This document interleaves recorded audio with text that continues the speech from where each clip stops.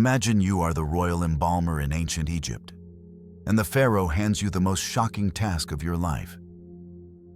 The pharaoh's wife now lies silently before you on the marble slab. This is not a routine mummification ritual. You are ordered to preserve her body in a way that breaks every sacred rule you've ever followed. My hands shake, but the pharaoh's will is cosmic law. May the gods forgive this terror. And the essential reason for this bizarre demand makes your experienced blood run instantly cold. This wasn't fiction. This was the uncomfortable, everyday reality in ancient Egypt. A place where private, intimate practices were so extreme, they would profoundly traumatize modern sensibilities. You think you know everything about Egyptian civilization, the dazzling golden treasures, the powerful pharaohs, the enigmatic pyramids that pierce the sky. Here is what is consistently omitted from your school curriculum.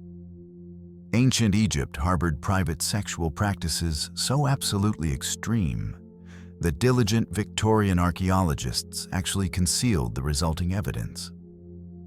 A society where vulnerable individuals were subjected to horrific, intimate exploitation, and where major religious festivals could quickly transform into week-long orgies of chaotic violence and sexual frenzy. What I am now prepared to show you will certainly make you reevaluate everything you thought you understood about one of humanity's most enduring and greatest civilizations. Because the stark truth about Egyptian intimate practices is so unsettling that major museums across the globe conscientiously attempted to conceal the physical evidence for well over a century. Between 3100 BCE and 30 BCE, along the endlessly fertile banks of the magnificent Nile, the Egyptians actively developed and sustained practices that would instantly shock even the most progressively liberal modern minds. This wasn't merely about individual personal pleasure or elaborate religious ceremony. It was centrally about cosmic order control, divine, absolute power, and the strategic, systematic use of human sexuality as a formidable instrument of political domination. The pharaohs were never simply just kings. They were revered as living gods, whose intimate physical performance was genuinely believed to directly govern the fertility of the Nile River, guarantee the successful harvest of crops, and secure the fundamental survival of Egyptian civilization itself. This reality created immense pressure to perpetually demonstrate divine, unflagging potency through increasingly dramatic and extreme public displays. The tangible evidence originates from temple inscriptions that average tourists are never permitted to see.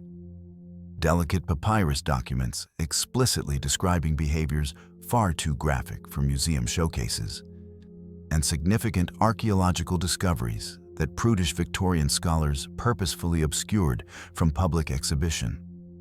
When 19th century archaeologists first unearthed highly explicit depictions in Egyptian tombs and temples, they were so utterly scandalized that they either completely destroyed the damaging evidence or securely locked it away in their private antiquarian collections. Egyptian society fundamentally operated on the guiding principle that sexual energy was equivalent to cosmic energy. Every moment of physical intimacy was potentially a high religious ritual. Every orgasm, a vital conversation with the supreme gods. Every sexual position, a specific form of devoted prayer. This pervasive belief system created a pervasive culture where the essential boundaries between worship and physical intimacy, between solemn religious duty and personal desire, completely disintegrated and vanished. But this concept of cosmic sexuality was inevitably accompanied by a profound dark side. Individuals born into elite, noble families often found themselves horrifyingly trapped in a rigid system that viewed their young bodies as essential religious property. Domestic enslaved people faced relentless, systematic sexual abuse that was regarded as not only entirely legal, but also often religiously imperative. And when major issues arose, when the annual Nile flood failed or crops withered, the intimate practices became progressively more desperate and shockingly violent. The discovery that completely altered this understanding did not happen in some theatrically dramatic tomb excavation, but within a quiet laboratory in 1925.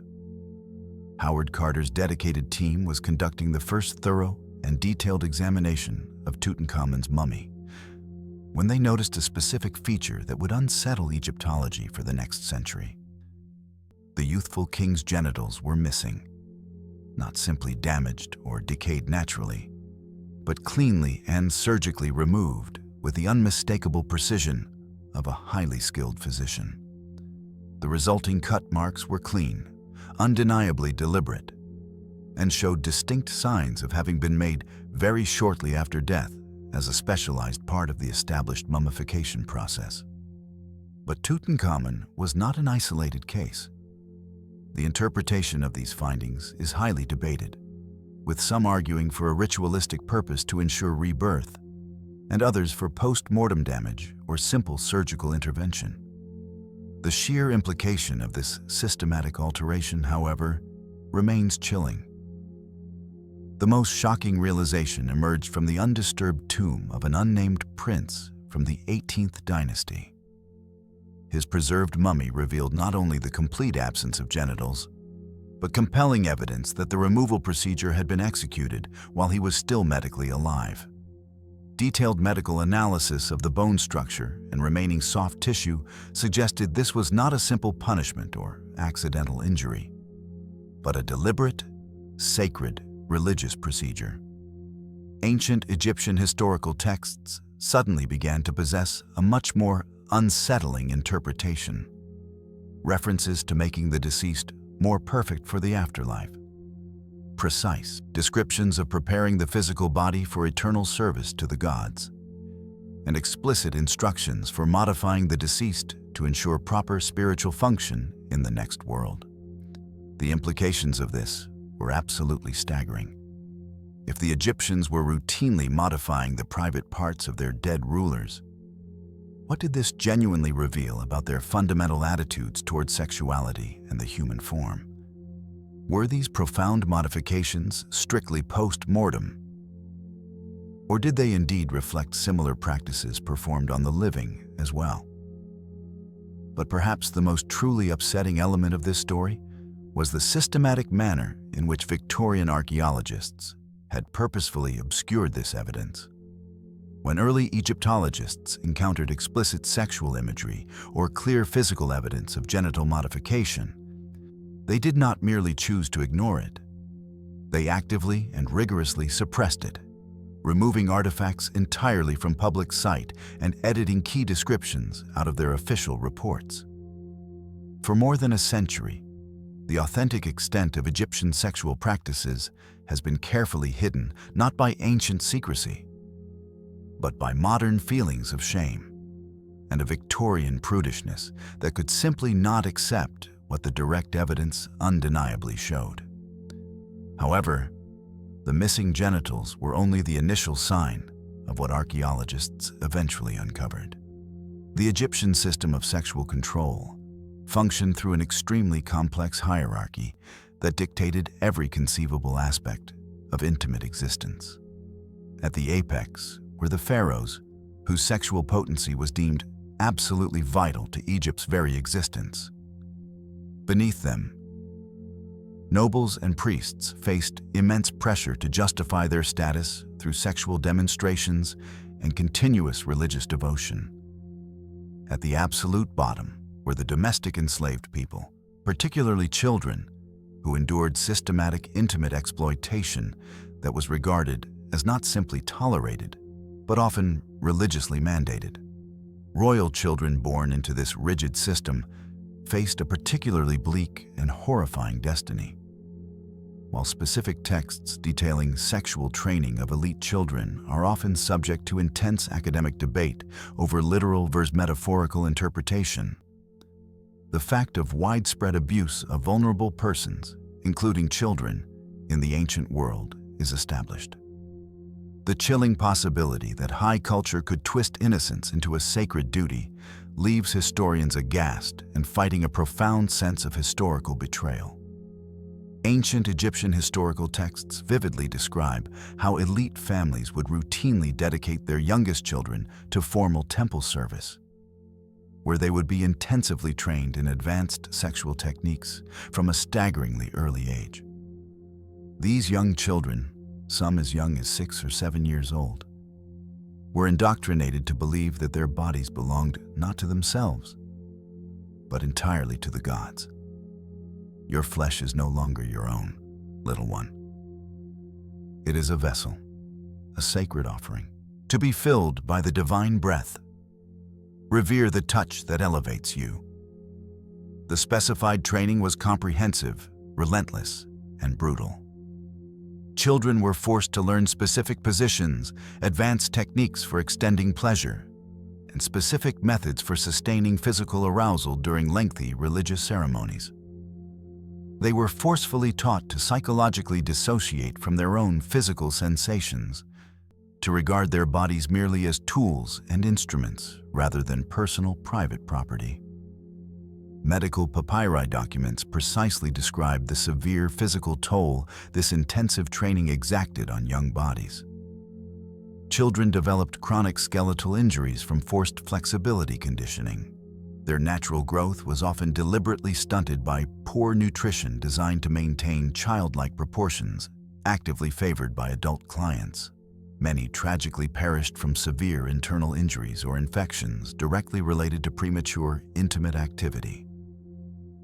But the abuse and exploitation extended significantly far beyond the temple training halls. Wealthy Egyptian families habitually utilized their domestic enslaved people for personal pleasure, with children being especially prized for their supposed purity and ease of manipulation. Legal documents demonstrate that child enslaved people could be purchased and sold specifically for intimate purposes, with their monetary value determined by their young age, appealing physical appearance, and level of specific training. The resulting psychological impact was utterly devastating. Survivors who managed to reach adulthood frequently displayed symptoms that modern psychologists would immediately recognize as severe, chronic trauma. They struggled greatly with forming normal, functional relationships, often becoming sexually compulsive or, conversely, completely withdrawn. And they frequently died young from what ancient texts euphemistically referred to as broken hearts. Perhaps the most truly disturbing aspect was how this profound abuse was methodically justified through religious doctrine. Priests dogmatically taught that sexual service to the gods was the highest conceivable form of worship, that children selected for such sacred service were actually blessed rather than victimized. Families were actively encouraged to feel deeply honored when their children were chosen for temple duties, even when they perfectly understood the true and brutal nature of what would inevitably occur. The economic dimension of this system added another layer of horror. Archaeological data shockingly indicates a 73% mortality rate among temple children, with medical analysis revealing specific procedures that often required up to 6 hours to complete. Wealthy patrons paid exorbitant premium prices for access to child-enslaved people, thereby funding a systematic, pervasive industry of profound abuse that tragically endured for millennia. But if you believe that this represents the worst imaginable fate Egyptian children endured, you are not yet prepared for what is coming next. This pervasive, systematic abuse was nothing when compared to the absolute horror that unfolded during the Feast of Drunkenness, Egypt's most notorious and extreme religious festival. What I am now prepared to reveal involves practices so utterly extreme that when early archaeologists first uncovered evidence, they literally burned the corresponding documents, rather than risk translating them for public consumption. What I am about to describe will certainly make everything you have just heard seem like a harmless children's story, The next specific practice combines established religious worship with unrestrained sexual violence on an apocalyptic scale that would instantly shock even contemporary audiences. It involved an entire sophisticated civilization willingly descending into week-long orgies of complete, uncontrollable chaos. The sheer, voluntary abdication of all moral control is what truly terrifies the soul. And the extensive archaeological evidence proves, beyond any reasonable doubt, that it genuinely occurred exactly as the ancient sources precisely describe. Before we deeply dive into the most profoundly disturbing section, please consider hitting that like button if you truly believe you can handle the truth that is coming next. And absolutely leave a comment below to let me know where you are presently listening from. I personally think it is quite remarkable that individuals across the entire world are connected by this same intense curiosity about the darkest and most hidden parts of human history. The Feast of Drunkenness represented the absolute pinnacle of Egyptian sexual extremism, a major annual festival specifically dedicated to the powerful goddess Hathor that utterly transformed the entire civilization into a week-long, relentless orgy of violence, indiscriminate sex, and religious hysteria. What ostensibly started as a celebration of divine femininity quickly evolved into something that would be categorically considered a crime against humanity by all modern benchmarks. The festival's deep origins lay in Egyptian mythology, specifically the epic story of Sekhmet, the fierce lioness goddess who nearly annihilated all of humanity in a drunken, vengeful rage. According to the ancient legend, the supreme gods had to strategically flood Egypt with massive amounts of beer mixed with red ochre pigment to trick Sekhmet into believing she was drinking blood, successfully causing her to become so completely intoxicated that she abandoned her murderous quest and transformed into the more gentle, benevolent Hathor. This original myth then became the concrete template for an annual celebration that openly encouraged every Egyptian citizen to drink themselves into a total state of divine possession. But the festival went significantly beyond mere simple intoxication. Participants genuinely believed that in their deeply drunken state, they became actual vessels for the gods themselves, feeling entirely free to act upon any visceral impulse without any moral or legal consequence. The preparatory phase began many months in advance. Temple authorities would methodically brew absolutely massive quantities of powerful beer, often carefully adding highly psychoactive substances expertly derived from lotus flowers and various other indigenous plants. The resulting concoction did not just induce intoxication. It created vivid hallucinations and dramatically lowered all inhibitions. Participants reported intensely experiencing visions, hearing specific divine voices, and feeling completely possessed by powerful supernatural forces. When the festival officially commenced, all normal social conventions completely disintegrated. Masters engaged in sex with enslaved people in public squares. Married women abandoned their families to join roving groups of intoxicated revelers. Children were extensively exposed to explicit, intimate acts and often became active participants themselves. The entire civilization descended into an absolute chaos that lasted for a full 7 days and nights. The air itself screams with the frenzy. There is no master, no wife, no duty, only the red beer and the will of Sekhmet. The screams are joyous and terrifying all at once. Ancient authoritative texts describe shocking scenes that disconcert even modern readers. Groups of highly intoxicated Egyptians would rampage through cities, violently breaking into private homes and coercing the inhabitants to join their chaotic celebrations. Women were routinely subjected to group intimate exploitation that was bizarrely considered religious communion. Men competed viciously to see who could sustain sexual arousal for the longest possible duration while completely intoxicated. The violence became as pronounced and extreme as the sexuality. Participants would brutally attack one another with sexual frenzy, fiercely biting, scratching, and inflicting severe wounds that were somehow considered marks of divine favor. Some revelers tragically died from severe internal injuries inflicted by violent, intimate acts. Others were fatally trampled by large crowds of intoxicated celebrants relentlessly moving through narrow city streets. The religious justification for these acts made everything even more deeply disturbing. Priests taught that any act performed during the festival was by religious definition holy, since participants were temporarily possessed by divine spirits. Abuse transformed into religious communion. Violence became a sacred offering. Child exploitation was a divine blessing. Foreign visitors left historical accounts that reveal global horror at these celebrations. Mesopotamian diplomats meticulously described the festival as irrefutable proof that Egyptians were simply barbarians expertly disguised as a sophisticated civilization. Some kingdoms absolutely refused to dispatch ambassadors to Egypt during the festival, periods, fearing for their personal safety and moral contamination. The festival's eventual aftermath was as deeply traumatic as the event itself. Participants frequently had absolutely no memory of their actions while intoxicated, leading to severe psychological distress when they inevitably discovered physical evidence of their conduct.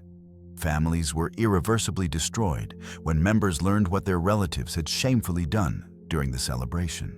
Children conceived 9 months after the festival faced intense social stigma as being the offspring of divine possession rather than normal conception. The economic dimension of the event was staggering. Entire cities would effectively shut down for a whole week while the population engaged in drunken, uninhibited revelry. Agricultural labor ceased, commercial trade stopped, and government functions ground to a complete halt. The overall cost in lost productivity was enormous. But pharaohs universally considered it a necessary expense to perpetually maintain the cosmic equilibrium. The festival also served profound political objectives. By strategically providing a temporary safety valve for escalating social tensions, it allowed the Egyptian system to rigorously maintain its rigid, oppressive hierarchy for the majority of the year.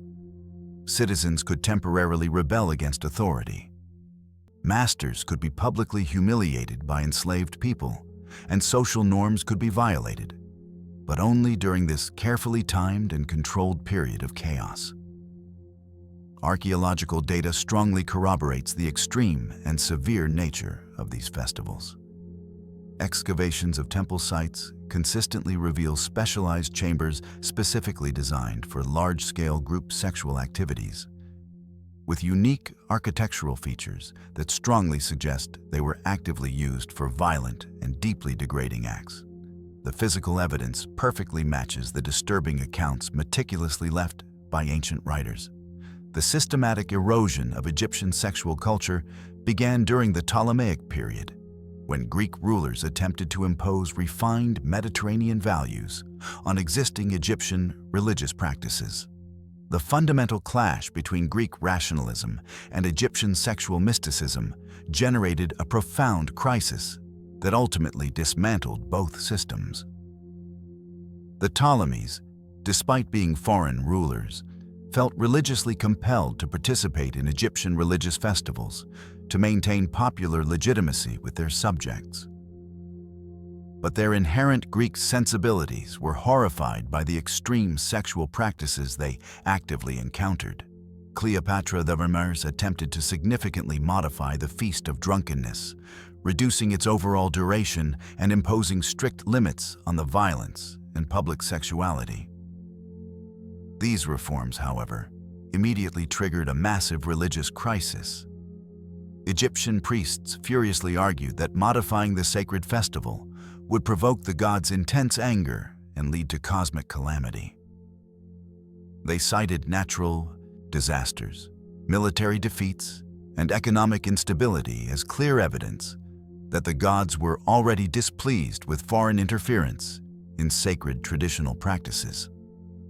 The crisis reached its absolute peak during the reign of Cleopatra VII, who faced the impossible political task of simultaneously satisfying both Egyptian religious expectations and relentless Roman political demands. Roman observers were entirely scandalized by the Egyptian sexual practices, viewing them as irrefutable evidence of barbarism and moral decay. Yet, Egyptian priests threatened massive rebellion if the traditional festivals were entirely abandoned. Cleopatra's compromise solution was to create private, cloistered versions of the festivals exclusively for Egyptian religious leaders, while publicly presenting a much more modest and sanitized public face to Roman audiences. This compromise ultimately satisfied no one and fostered a culture of hypocrisy that undermined both Egyptian religious authority and Roman political control. The intimate exploitation of children became even more systematic during this chaotic period, as desperate rulers attempted to publicly demonstrate their unwavering devotion to Egyptian traditions while actively concealing all evidence from Roman oversight. Child-enslaved people were trafficked in much larger volumes, their abuse strictly conducted in secret chambers that Roman officials were strictly forbidden from entering. The psychological toll on Egyptian society became enormous. Generations of children had been fundamentally raised in a system that normalized sexual violence and religious extremism. When external pressure necessitated changes to these established practices, many Egyptians experienced a profound form of cultural trauma. They had lost not only cherished religious traditions, but their entire complex framework for understanding human sexuality and the relationship with the divine. The final, absolute collapse arrived with the Roman conquest in 30 BCE. Augustus Caesar was reportedly horrified by the discoveries his forces made in Egyptian temples and immediately ordered the swift suppression of all sexual religious practices. Roman soldiers aggressively destroyed explicit artwork, burned religious texts, and executed priests who stubbornly refused to abandon the traditional ceremonies. But the Romans did not simply suppress Egyptian sexual practices. They systematically and thoroughly erased all evidence of their existence. Temples were violently stripped of explicit decorations. Papyri describing sexual rituals were burned to ash. And even architectural features specifically designed for religious sexuality were destroyed or permanently hidden. The children who had been trapped in this horrific system faced a particularly tragic ultimate fate. Many had been so entirely conditioned for sexual servitude that they simply could not adapt to normal life. Roman records vividly describe former temple children who died by suicide, rather than confront a world where their only perceived value had been completely eliminated. The traumatized survivors carried a profound level of emotional damage that affected Egyptian society for many generations. The systematic sexual abuse had created deep patterns of behavior and belief that couldn't be easily eradicated by political conquest. Roman governors reported persistent problems with underground sexual cults, rampant child trafficking networks, and religious movements that attempted to secretly restore the traditional practices. But even the vigilant Romans couldn't completely destroy all the evidence. What they inadvertently left behind would shock Victorian archaeologists into launching the greatest cover-up in documented archaeological history.